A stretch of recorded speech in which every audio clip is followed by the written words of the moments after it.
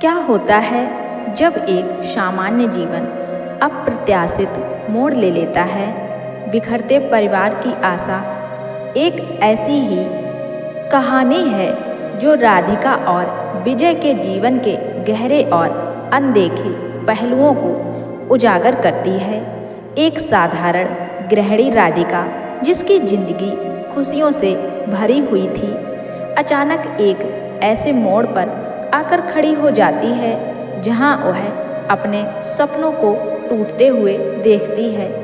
विजय, जो नौकरी की अनिश्चितता से जूझ रहा है, अपने आप में एक पहेली बन जाता है।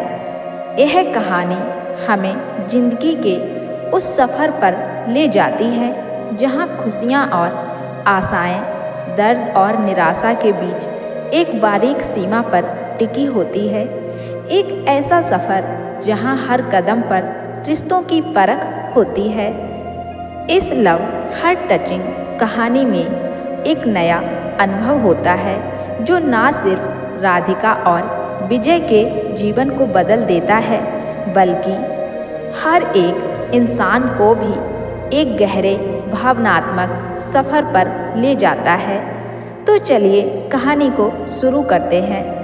राधिका एक साधारण गृहिणी अपने पति विजय के साथ एक सामान्य लेकिन परिवार में रहती थी, लेकिन खुशहाल जीवन जी रही थी। विजय एक सख्त मिजाज व्यक्ति अपनी नौकरी की असुरक्षा से जूझ रहा था, जिससे उसका स्वभाव और भी चिड़चिड़ा हो गया था।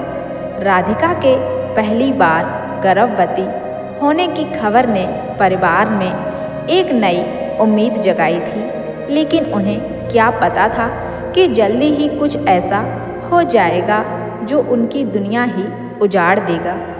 राधिका, जो हमेशा खुश रहती थी, एक दिन बहुत तेज उसके पेट में दर्द उठता है और उसे तुरंत अस्पताल ले जाना पड़ता है।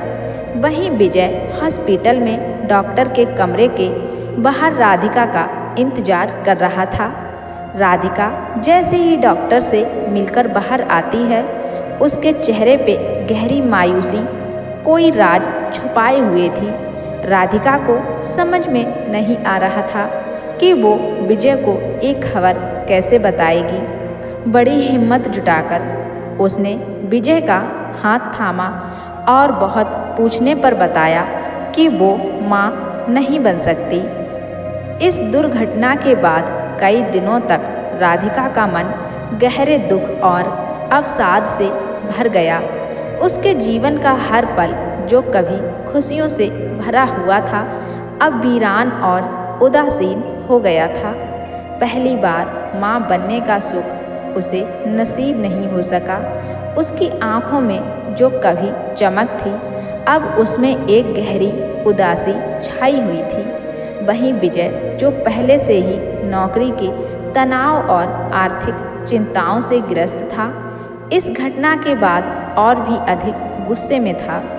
उसका यह गुस्सा कभी कभी राधिका पर निकलता था, जिससे घर का माहौल और भी तनावपूर्ण हो जाता था। राधिका अपने आप को कसूरवार ठहरा रही थी, लेकिन जिंदगी तो कई राज और भी छुपाए हुई थी। राधिका को अभी भी विश्वास नहीं हो रहा था, तो उसने गर्भपात की घटना के बारे में और जानने की कोशिश की। एक दिन जब विजय नौकरी पर चला गया, तब उसने अपने मेडिकल रिकॉर्ड्स की जांच की और फिर उन दवाइयों की जानकारी एकत्र की जो विजय उसे दिया करता था। इन दवाइयों में कुछ तो अलग था और अपने एक डॉक्टर दोस्त से पता करने पर उसे पता चला कि विजय, जिससे वो सबसे ज़्यादा प्यार करती थी, वो उसे जानबूझकर ऐसी दवाइयाँ देता था जो गर्भपात का कारण बन सकती थी। इस खुलासे ने राधिका को एक गहरे सदमे में डाल दिया।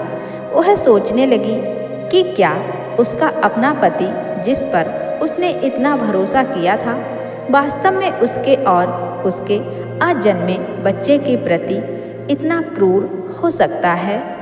कैसी लग रही है आपको यह कहानी, हमें कमेंट में ज़रूर बताएं। पर बात यहीं खत्म नहीं होती। राधिका को ये बात समझ नहीं आ रही थी कि विजय ऐसा करना चाहता था। एक खुलासा उसके लिए किसी भूचाल से कम नहीं था। उसके मन में विजय के प्रति प्रेम, विश्वास और सम्मान जैसी भावनाएं अब शंका, अविश्वास और डर में बदल गईं। उसे अपने आगे के जीवन को लेकर अनेक प्रश्नों ने घेर लिया था।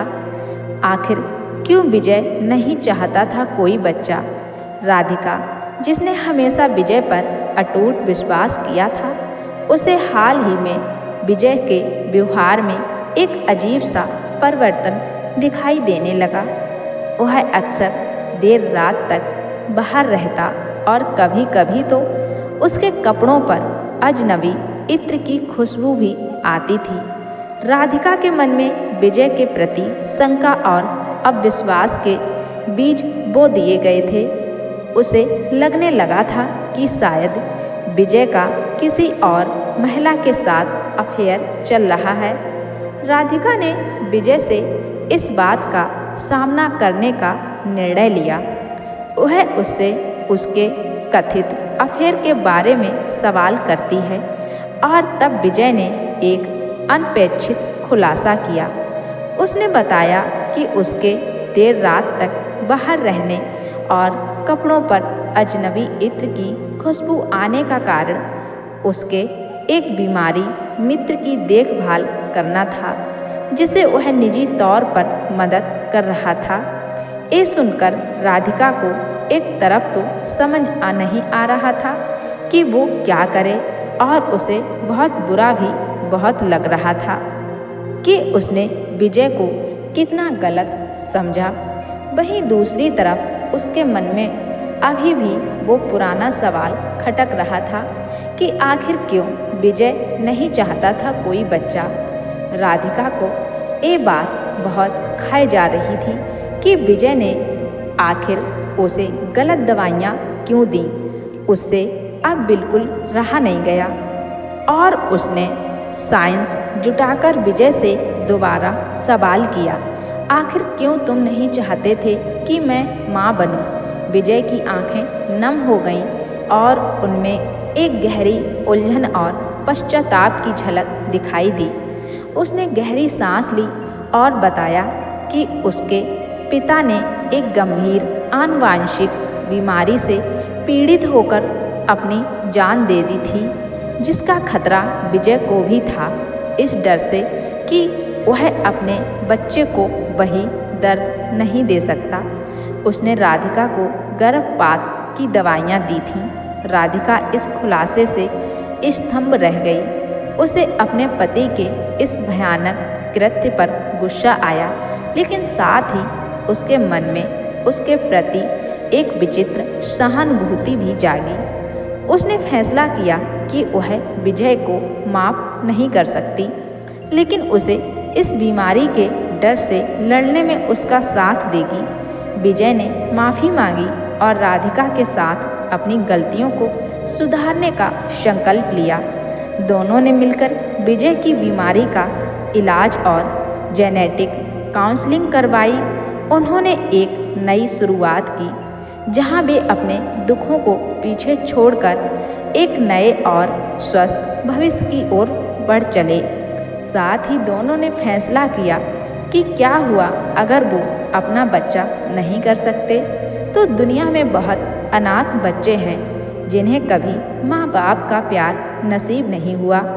उन्हीं में से एक बच्चे को उन्होंने गोद लिया और उसे अपने बच्चे की तरह ढेर सारा प्यार देकर पाला पोसा।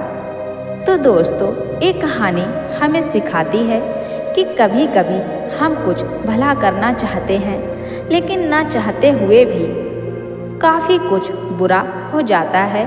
पर जिंदगी इसी का नाम है जो काफ़ी तजुर्बों से भरी है। बस मायने ये रखता है कि क्या हम इनसे कुछ सीख लेते हैं और आगे बढ़ते रहते हैं कि नहीं। क्या आपकी भी ज़िंदगी में कोई इमोशनल इंसिडेंट हुआ है? हमें कमेंट करके ज़रूर बताएं और कहानी कैसी लगी ये भी ज़रूर बताएं। कहानी अच्छी लगी हो तो वीडियो को लाइक शेयर ज़रूर करना और मेरे चैनल को भी सब्सक्राइब ज़रूर कर लेना।